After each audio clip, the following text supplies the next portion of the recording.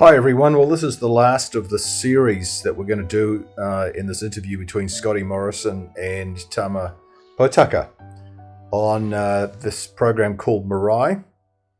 And we're just picking up on what Potaka said at the very end of his interview, and wow, it's pretty significant, so let's get into it. And the Crown's obligations do not stop when a settlement arrangement is concluded. Actually, they continue over time, and that's the promise of Te Tiriti o Waitangi, the Treaty of Waitangi. Hi everyone, this is part 2 of video number 7. As I have said in previous videos, Maori activists have twisted the meaning of the Maori phrase tino rangatiratanga to make it mean what it does not mean. Please get this. In Article 2, paragraph 1 of the treaty, the British said they would protect Maori chiefs' ownership of their land, dwellings and property. All they were doing was allaying the fears of the chiefs that their land was going to be stolen. That is all. Nothing more, nothing less. Activists have twisted the meaning to mean that the British promised Maori that they would own all of New Zealand forever, whether they sold it or not. Let me say that again. The treaty only promised the ownership of Maori lands until the point where they sold those lands. Activists say the promise of the British was to guarantee Maori ownership, possession of all their land forever, whether they sold it or not. In other words, Maori today want to have back all the land they sold. Really? It's an impossible concept, a ridiculous idea. The only way anyone can get land back that they sold is to buy it back. We know that. Well, the activists disagree. They say, just give it back. You promised that all the land, dwellings and property we owned at the 6th of February 1840 would be ours forever. Can you believe this? The best word to describe this idea is preposterous. It's preposterous because it's completely illogical. It's impossible for someone to still own the land they just sold. Unbelievably, politicians over the last 50 years have agreed with the activists. Are there other reasons why promising Maori ownership of New Zealand forever is a preposterous idea? Well, yes. Well, what are those reasons? Well, consider the treaty. Article 2, paragraph 1 of the treaty says, and I went through this yesterday, the Queen of England confirms and guarantees to the chiefs and the tribes and to all the people of New Zealand the possession of their lands, dwellings and all their property. As I have said, this was guaranteeing the chiefs the ownership of their land, dwellings and property from the 6th of February 1840 onwards.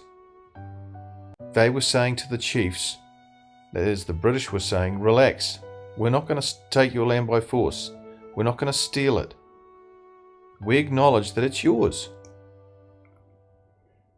Article 2, paragraph 2 of the treaty says, but the chiefs of the Confederation of United Tribes and the other chiefs grant to the Queen the exclusive right of purchasing such lands as the proprietors thereof may be disposed to sell at such prices as may be agreed between them and the person appointed by the Queen to purchase from them. Well, what's happening here? This is the British explaining to the chiefs that they, the British, were going to buy the land the chiefs owned, possessed, not steal it. And this is exactly what they did. The British brought Maori land. They protected the Maori ownership of their land until the point it was sold. That's the key thing. Did Maori really sell their land? Yes. Esteemed historian Dr. Bain Atwood says in his brilliant book Empire and the Makings of Native Title, Sovereignty, Property and Indigenous People, Cambridge University Press, 2022, page 250, he says this: Maori were as keen to sell as settlers were to buy their land. And he goes on to say, powerful tribes had demanded that the government would buy their lands. Now, you don't hear any of this today, that Maori were demanding that the government buy their land, that Maori were as keen to sell as settlers were to buy. So much for the Maori activists today saying that Maori land is sacred and that the chiefs in history would never have sold it. This is complete BS. Did they really sell 92% of their land? Yes, they did. New Zealand treaty commentator Mike Butler does a brilliant job explaining how Maori sold 92% of their land. You can read his superb article in the description of this video. Now, here is the key question. Why would the British promise the chiefs that they would have ownership of their land forever in paragraph 1, article 2, when in paragraph 2 of the same article, the British said they were going to buy Maori land?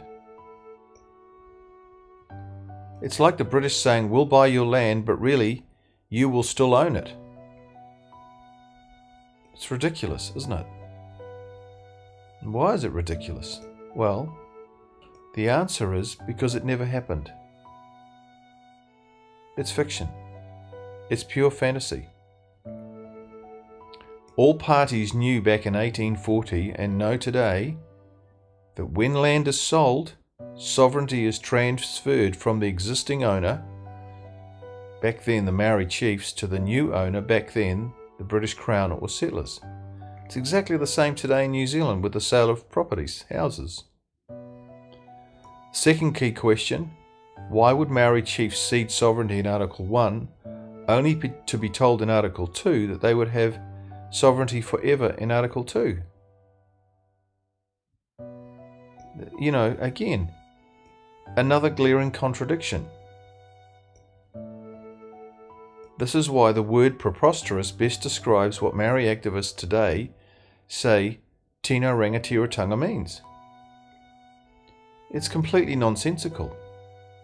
There is not the slightest trace of the idea in the treaty.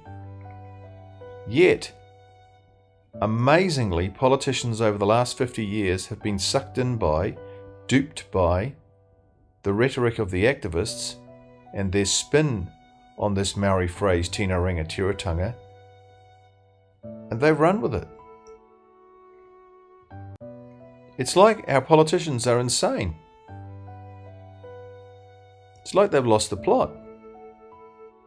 The result, billions of dollars have been paid out to Maori over the last 50 years when it ought to not have been.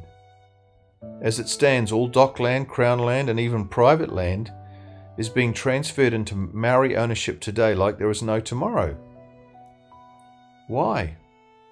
All because politicians believe what the activists say, that the British promised Maori in 1840 that they would be chiefs over all of the land of New Zealand forever, whether they sold it or not. How absolutely ridiculous. The concept has the marks of insanity all over it. Unbelievably, politicians since 1975, as I've said, have sided with the activists and supported them. You know what? It's as if our politicians are in a trance under a tino rangatiratanga spell. They are literally gifting Maori back the land Maori sold. The land we taxpayers have paid for. We paid for this land that they are giving back to Maori. I have shown in previous videos that between 1927 and 1960, all grievances to do with Maori having land confiscated or stolen were investigated and compensated. Mike Butler, cited in Twisting the Treaty, the Tribal Grab for Wealth and Power, Trust Publishing, 2014, pages 175-176, said, Most grievances had been settled by 1960 on a full and final basis, and that should have been the end of the story. Well, if this is so, and it is so,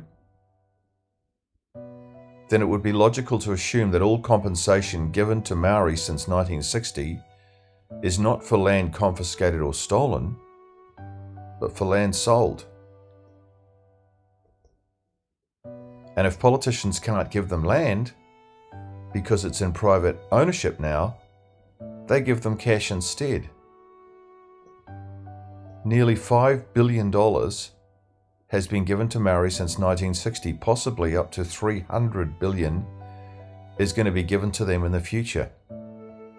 That's if Tama Potaka is to be believed when he says there are more than 10,000 claims in the pipeline.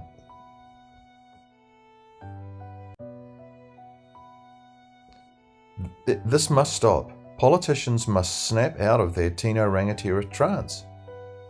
Not only stop, but all land, assets and cash must be returned to public ownership that's been given since 1960. To do this would be to honour the treaty. Why? Because there is absolutely no mandate in the treaty for politicians to be handing cash and assets to Maori for land they've already sold. All the British promised Maori in the treaty was to protect the ownership of Maori land which Maori owned, not the land they sold. And to Tama Potaka, we would say, no Tama, when you say this is what the treaty promises, you are so wrong. It's not what the treaty promises. It was not true in 1840, and it's not true today. The media should be reporting on everything that I'm sharing in these videos, but obviously they're not. And that is because they are corrupt and they're collaborating with the activists.